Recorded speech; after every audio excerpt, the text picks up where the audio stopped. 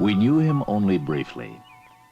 But in that spring and summer of 1980, Terry Fox brought a nation to its feet in awe of a young man from Port Coquitlam, BC, who had a dream. And I decided after my year and a half of chemotherapy that I'd try and run across Canada and raise as much money as I could for the Canadian Cancer Society and try and help out these people. The Marathon of Hope begins to capture the attention of Canada and the world. The solitary figure who started in relative obscurity, plodding through the snows and rains of Newfoundland, soon is attracting crowds of people by the roadside, in city squares, at local plazas, all of them anxious to get a glimpse of a young man turned hero.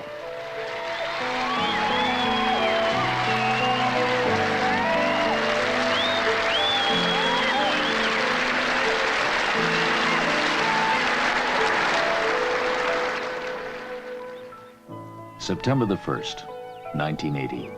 After 143 days and 3,339 miles, the Marathon of Hope is over. In pain and bitter disappointment, Terry Fox is forced to abandon his run. The cancer had spread, and now I've got cancer in my lungs. And we got to go home and try and do some more treatment. But all I can say is if there's any way I can get out there again and finish it, I will. But he couldn't. On June 28th, 1981, Terry Fox is dead. As tributes pour in, Ontario, which had witnessed the last days of Terry's historic run, begins planning its own memorials. And I'm pleased, on behalf of the Premier, Mr. Speaker, to announce today that with the approval of his parents, the last 50 miles of the Trans-Canada Highway between Thunder Bay and Nipigon, which Terry Fox completed, will be renamed the Terry Fox Courage Highway. In addition, the Ontario Cabinet decides a lookout point, close to where Terry ended his marathon, will be renamed the Terry Fox Scenic Lookout. A search soon uncovers the Marathon of Hope t-shirt tied to a post at the point where Terry stopped. A special committee headed by James Snow, Ontario's Transportation and Communications Minister, is organized. Plans are drawn up, and work begins quickly on what is to be a granite base and bronze statue of the young man who ran in the name of cancer research. A foundation reaching below the frost line to 23 feet is poured before winter sets in and covered to protect it from the coming snows. MTC workers clear the site. On the Terry Fox Courage Highway, work crews widen the road to allow easy access to the site.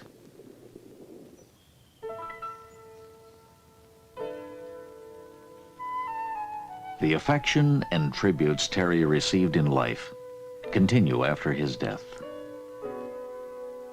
In Oakville, an artist is inspired to sculpt an image of the young runner, and his work is brought to the attention of the Ontario Cabinet.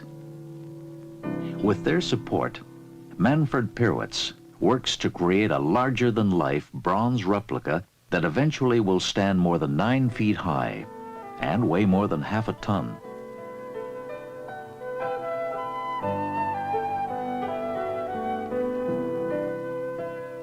Working from pictures, Manfred begins molding, shaping, and carving a clay figure in late October 1981, trying to capture the familiar halting stance of the one-legged runner.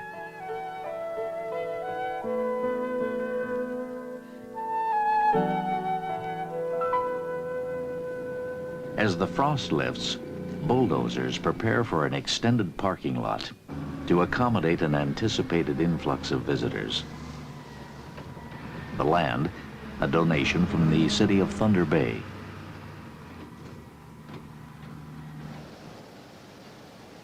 Meanwhile, in Vermont, the arduous process of obtaining 45 tons of granite for the statue's base begins. In the quarry, one of North America's largest, a combination of furnace oil, compressed air, and water, reaching temperatures in excess of 5,000 degrees Fahrenheit, cuts the granite free from the mountain. Compressed air drills then separate the huge blocks into smaller pieces. These are then lifted by derricks and placed on waiting trucks.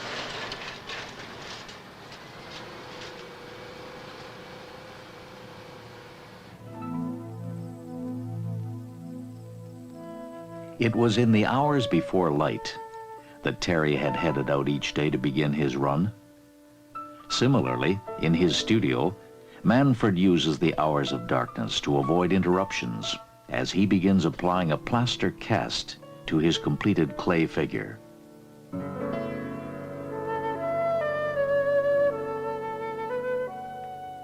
Layers of wax are built up inside the statue's 20 sections. Now the plaster can be removed, freeing the wax forms for the next step. Each section is dipped repeatedly into a ceramic slurry, which acts as an adherent for the waiting sand.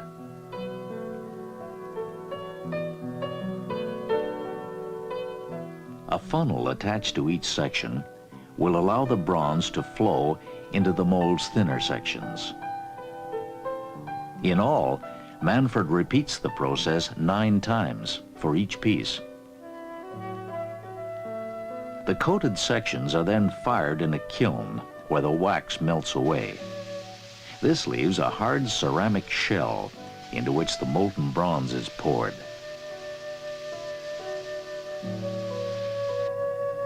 Only now, using his own special technique, can Manfred begin welding the 20 sections together. Back in the Vermont quarry, work continues on the granite as drills and plugs break it into usable pieces. 1/3 of the granite will be discarded or sent off for industrial use. The granite sections are then trucked to a site in nearby Quebec. Here the base is cut by a 9-foot-high diamond saw.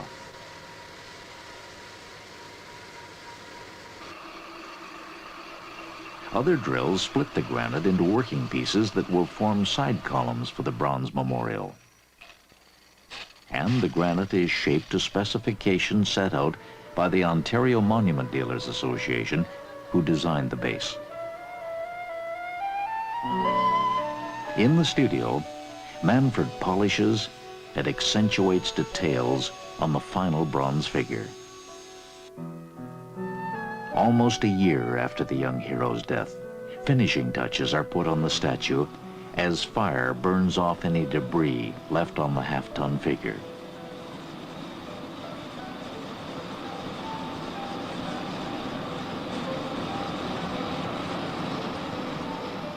Manfred, after more than 1,000 hours of work, hopes his statue will be 2 things: a reminder of the courage we so admired, an inspiration for generations to come.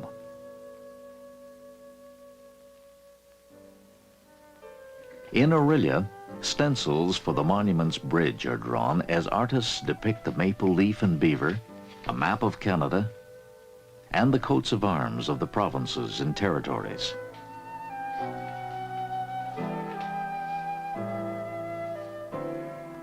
The stenciled artwork is then carefully applied to the monument's bridge, where delicate sandblasting will transfer the images to the granite.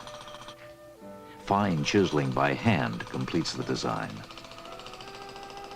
The same process is used for the supporting columns on which words for and by Terry Fox are etched. Included is a list of the many awards bestowed upon him, among them his country's highest honor, the Order of Canada.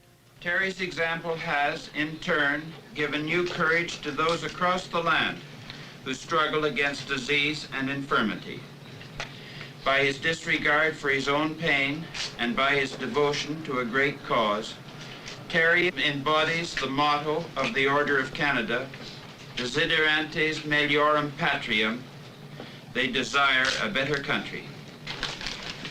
I'm not a very poetic person, but I call to mind two lines from Edwin Markham's A Conscripted Dream. Brave soul that took the long and painful road and helped create a dream that could not fail. That's you.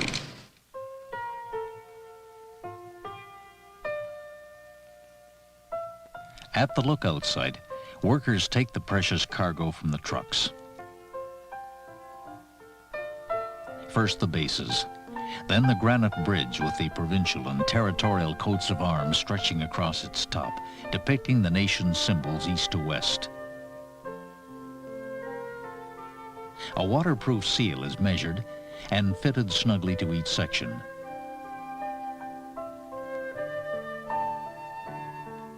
Carefully, one of the side columns is maneuvered into place. And finally, the statue.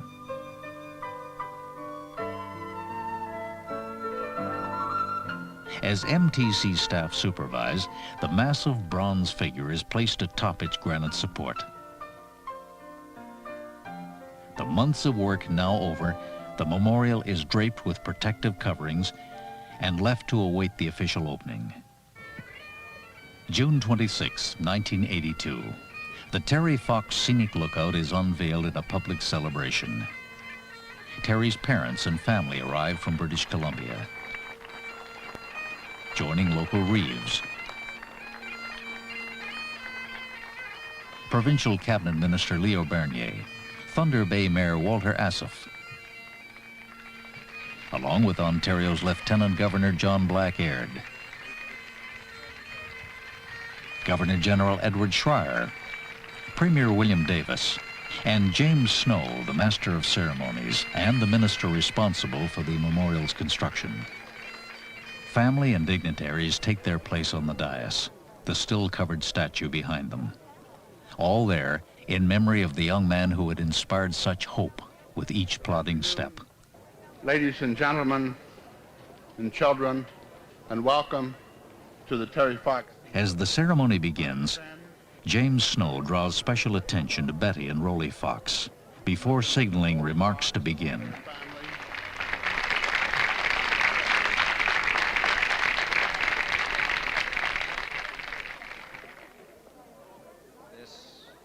Is for us First, Premier William Davis on behalf of Ontario. a very unique occasion. But I would like to suggest one or two things.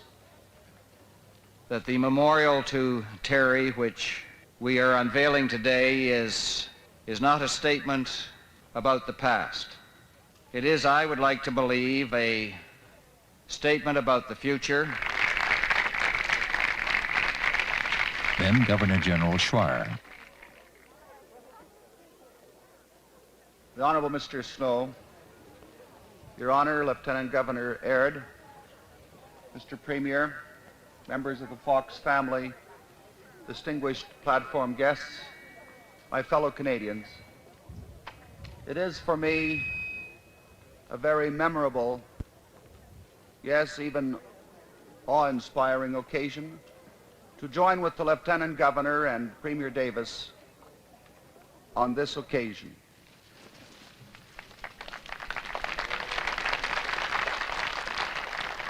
Just 2 days before the first anniversary of his death, Terry Fox is once again honored by family, by friends, and by a host of grateful Canadians.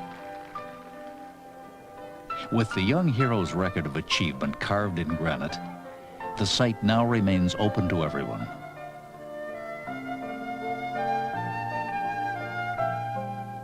Terry Fox stands in perpetuity above the waters of Lake Superior, gazing towards his western home. A third of the journey still stretching before him.